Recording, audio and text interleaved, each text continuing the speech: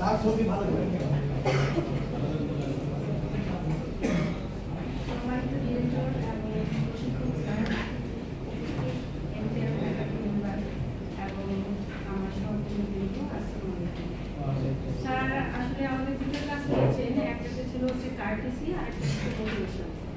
দুটোই আমাদের জন্য খুব ইম্পর্টেন্ট। মোটিভেশনটা আসলে হচ্ছে দেখেন আমরা যেখানে সাকসেসে পৌঁছেছি ওখানে পৌঁছানোর জন্য আমাদের মোটিভেশন দরকার। আমার যে লাস্ট লাইনটা I want to do it, এটার জন্য আমাদের মোটিভেশন দরকার।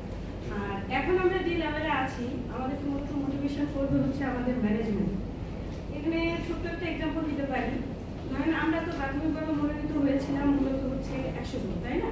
সেখান থেকে আমাদের 75 জনের নাম সিলেক্ট হয়েছে।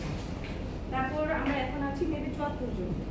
তো যখন 100 জনের নাম ওখানে গিয়েছে, আপনি যখন দেখেছেন, আপনি অনেক ব্রাঞ্চ ম্যানেজার স্যারকে বলেছেন যে স্যার আমি তো যেতে চাই। স্যার হয়তো ব্যক্তিগত উদ্দেশ্য নয়, প্রাতিষ্ঠানিক উদ্দেশ্যে বলেছেন যে ব্রাঞ্চের তো সংকট, লোক সংকট, তারপরে হচ্ছে এত এত টার্গেট সামনে ডিসেম্বর, আপনি তো যেতে পারবেন না। ঠিক আছে, সামনে হয়তো সিনিয়র অফিসার আছে বা পরবর্তীতে আপনি করতে পারবেন। ধরেন এটা হচ্ছে এক ধরনের মোটিভেশন। আবার যখন আপনাকে খুব নেগেটিভলি বলবে, ঠিক আছে, মোটিভেশন তো দুটো করেছে, যে পজিটিভ মোটিভেশন, একটা হচ্ছে নেগেটিভ মোটিভেশন। তো ওখানে কিন্তু আপনাকে একটা নেগেটিভ মোটিভেশন দেখবে। নেগেটিভ মোটিভেশন আমাদের হচ্ছে নেগেটিভ মেসেজ দেয়, যেটা মনে করেন আপনার কর্মঘণ্টার পরেও আপনাকে হ্যাম্পার করবে।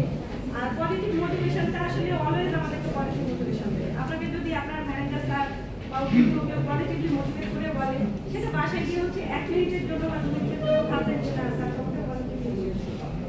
তো আজকে আমরা স্যারের ক্লাস, আমি তো আপনারা জানেন যে আমি ছুটিও অনেক পরে হচ্ছে এখানে এসে আসার সুযোগ পেয়েছি। গত বছর পেয়েছিলাম। মানুষ তো আসলে বাড়িতে দুষ্ট চোখে পড়ে, আর আমি হয়তো ভাগ্যের দুষ্ট চোখে পড়েছি, যে কারণে আমার ফাউন্ডেশন কোর্সটা করতে লেট হয়েছে। তারপরেও আলহামদুলিল্লাহ আমি আজকে এখানে আসতে পেরেছি। তো স্যারের কাছে স্যারের কথা শুনে আসলে মানুষের শেখার তো কোনো বয়স নেই, শেষ নেই।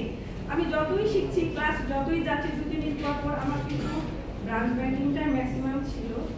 তো আমার মনে হচ্ছে আমি যেন কত কি ভুল করেছি, আর স্যারের যে উপস্থাপনা বা প্রেজেন্টেশন আমাদের শেখানোর কি কৌশল, আসলে এটা খুব চমৎকার ছিল। আমিও জানি, আপনারাও জানেন।